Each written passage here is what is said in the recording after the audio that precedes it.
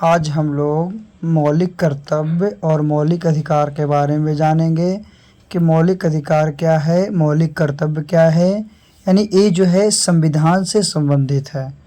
तो मूल संविधान में मौलिक अधिकारों को, अवधारणा को तो रखा गया था, परंतु मौलिक कर्तव्यों को इसमें शामिल नहीं किया गया था। जो मूल संविधान था उसमें मौलिक जो अधिकार था उसकी अवधारणा को रखा गया था, परंतु जो उसका मौलिक कर्तव्य था उसको इसमें शामिल नहीं किया गया था।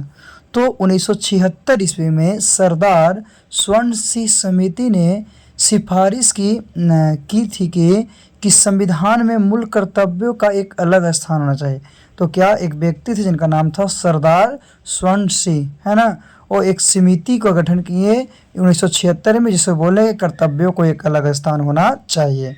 तो वही सरदार स्वर्ण सिंह समिति की अनुशंसा पर संविधान के 42वें संशोधन जो था 1976 के द्वारा जो मौलिक कर्तव्य को संविधान में जोड़ा गया, और ये जो चीज़ है इसे रूस के संविधान से लिया गया है ना। और इसे भाग 4 के ए में और अनुच्छेद 51 के ए के तहत रखा गया। जो आपका मौलिक अधिकार था, जो मौलिक अधिकार को क्या किया गया, मौलिक जो क्या है कर्तव्य था उसको और मौलिक अधिकार को कहाँ, तो सबसे पहले राज्य के नीति निर्देशक के अनुसार इसे 36 के ए में रखा गया था। कहाँ, 36 के ए में रखा गया था, और एक को 51 के ए में रखा गया। चलिए अब लोग आगे चलते हैं मौलिक कर्तव्य के बारे में। इसे भाग 4 में राज्य के नीति निर्देश के सिद्धांत को रखा गया, और भाग 4 के ए में मौलिक कर्तव्य को रखा गया, जो कि अनुच्छेद 51 के ए में है, और जो भाग 4 था वो अनुच्छेद 36 से 51 के बीच है।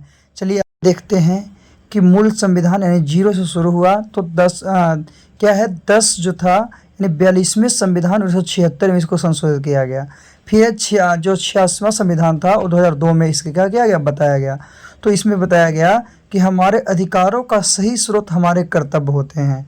यदि हम अपने कर्तव्य का सही ढंग से निर्वाह करेंगे तो हमें अधिकार मांगने की आवश्यकता नहीं होगी। और यह कथन जो था महात्मा गांधी के द्वारा दिया गया था। यानी हमारे अधिकारों का सही स्रोत हमारा कर्तव्य है, और यदि हम अपने कर्तव्यों का सही ढंग से निर्वाह करेंगे तो हमें अधिकार मांगने की आवश्यकता नहीं होगी। यह जो कथन था आपका महात्मा गांधी का था। यानी पहला 76 में, दूसरा 2002 में संशोधित किया गया। आगे तो मौलिक कर्तव्य की संख्या 11 है। जो पहला क्या है कि प्रत्येक नागरिक का यह कर्तव्य होगा कि वह संविधान का पालन करे और उसके आदर्श संस्थाओं, राष्ट्रध्वज और राष्ट्रगान का आदर करें। जितने भी नागरिक हैं सभी का कर्तव्य होगा, पहला कर्तव्य क्या होगा कि संविधान को पालन करेगा, इसका आदर्श संस्था, राष्ट्रध्वज और राष्ट्रगान का आदर करेगा।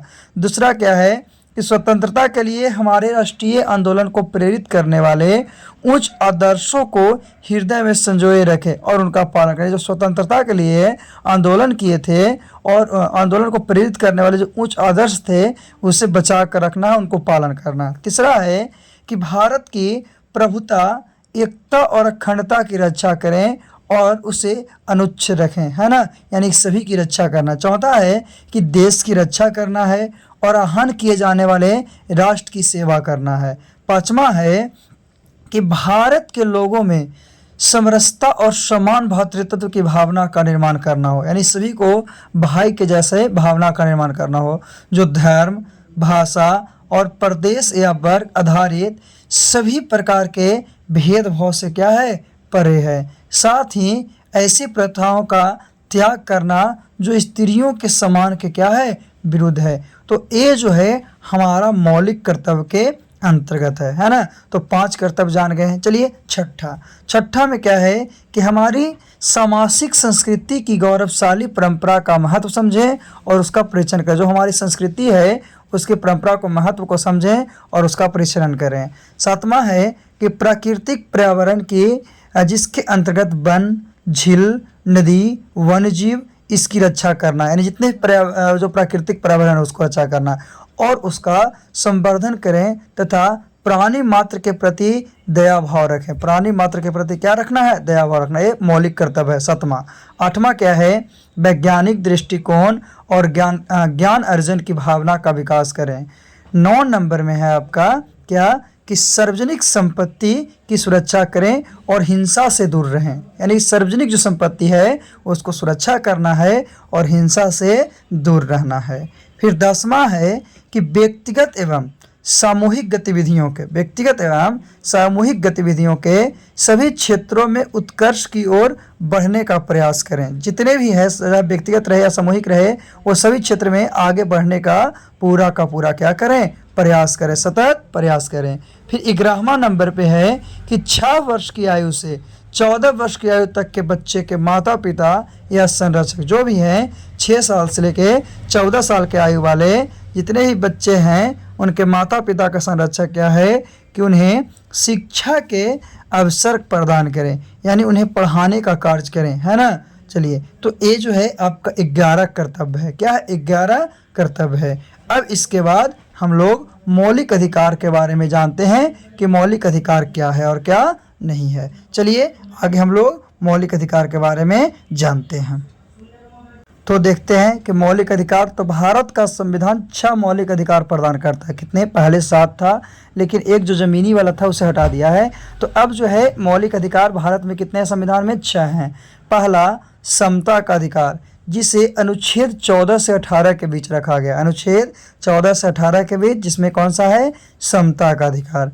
दूसरा है स्वतंत्रता का अधिकार। तो स्वतंत्रता का अधिकार जो है उसको अनुच्छेद कितना 19 से लेकर 22 तक रखा गया। 19 से लेकर 22 तक जो अनुच्छेद है उसमें स्वतंत्रता का अधिकार है।